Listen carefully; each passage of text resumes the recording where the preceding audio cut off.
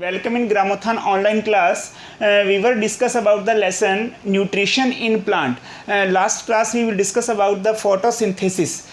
हमने ये डिस्कस कर लिया था लास्ट क्लास में कि फोटोसिंथेसिस के लिए सनलाइट बहुत ज़रूरी है. Sunlight is a necessary in the process of photosynthesis. एक एक्सपेरिमेंट हमने किया था. हमने देखा था कि दो प्लांट लिए थे. हमने दो पोटेड प्लांट लिए थे, यानी गमले में लगे हुए दो पौधे लिए थे. उसमें क्या था कि हमने एक प्लांट को तो डार्क रूम में रखा था और दूसरे प्लांट को फुलफिल करके यानी कि वाटरिंग करके पूरी तरह से सही उसको कहाँ हमने धूप में रख दिया था.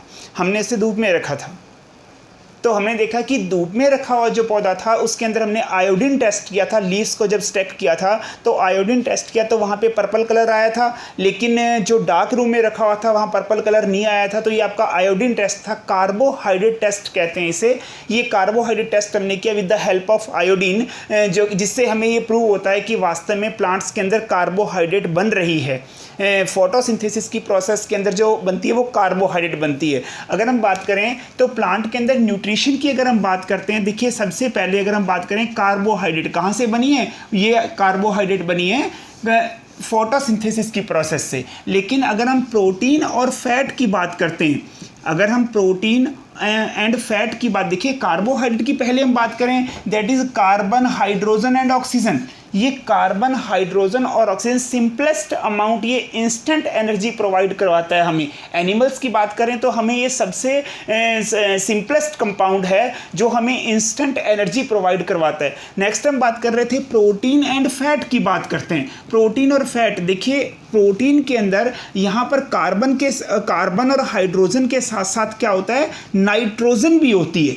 यहाँ नाइट्रोजन, देखिए अगर आप बात करें nitrogen almost 78.09% in the atmosphere. हम ये पहले भी पढ़ चुके हैं क्लास 6 के अंदर. हमने देखा था कि यहाँ पर हमारे पास कितनी है 98.09%. इतने ज़्यादा अमाउंट के अंदर हमारे एटमॉस्फेयर के अंदर नाइट्रोजन गैस है.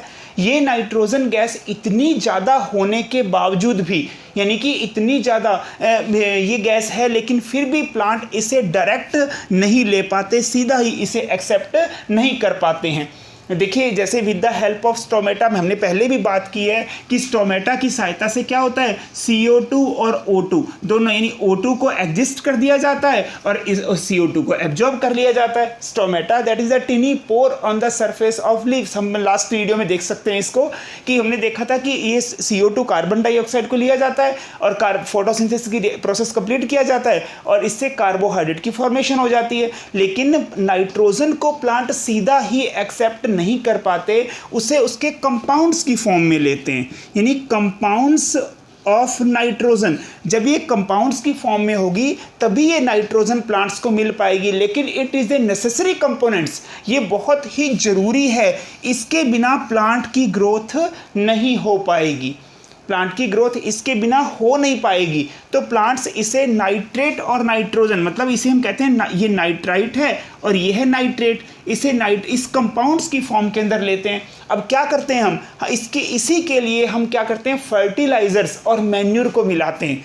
खेत के अंदर जब हम फसलों को उगाते हैं तो उस समय हम प्लांट्स को फुलफिल करने के, उसकी रिक्वायरमेंट को फुलफिल करने के लिए फर्टिलाइजर्स जैसे यूरिया, फर्टिलाइजर्स और इसके साथ साथ मैन्यूर, यानी गोबर की खाद को हम मैन्यूर कह रहे हैं. उस मैन्यूर्स को और फर्टिलाइजर्स को हम इसको मिक्स करते हैं इन द सॉइल, जिससे क्या करें प्लांट के, यानी जब डिजॉल्व हो जाते हैं पानी, जब वाटरिंग करेंगे मतलब इरिगेशन करेंगे, इस इरिगेशन से क्या होगा, वो प्लांट्स को नाइट्रेट और नाइट्राइट के रूप में, यानी इसके कंपाउंड्स की फॉर्म में क्या करेगा, इसको यूरिया को यानी नाइट्रोजन को उपलब्ध करवाएगा, नाइट्रोजन को अवेलेबल करवाएगा, जिससे प्लांट की ग्रोथ पूरी तरह से हो पाएगी. अगर आप फैट की बात करते हैं, that is also use of the carbon, hydrogen and oxygen. लेकिन इसका जो रेशो है, ये रेशो अलग अलग होता है. ये फैट जैसे ऑयल और घी की बात हम करते हैं, that is a much more energy in the fat, यानी फैट के पास में भी बहुत ज़्यादा एनर्जी होती है.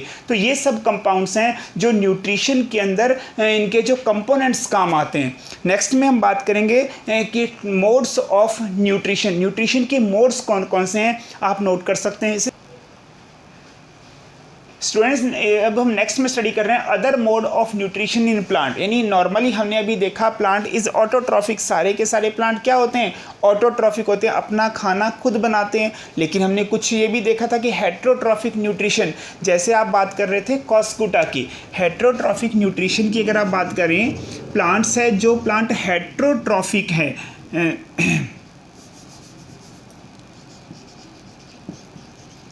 हेट्रोट्रॉफिक न्यूट्रिशन प्लांट के अंदर कैसे होता है, हम अदर मोड पढ़ रहे हैं। इसमें सबसे पहला टाइप है वो है पैरासिटिक टाइप, पैरासिटिक प्लांट। देखिए पैरासिटिक का मतलब ऐसा मोड ऑफ न्यूट्रिशन जिसके अंदर अपने फूड के लिए, अपने खाने के लिए एक प्लांट दूसरे प्लांट पर डिपेंड करता है, दूसरी चीज़ पर या दूसरे थिंग पर डिपेंड कर रहा है। आप इसे कह रहे हैं पैरासिटिक टाइप न्यूट्रिशन।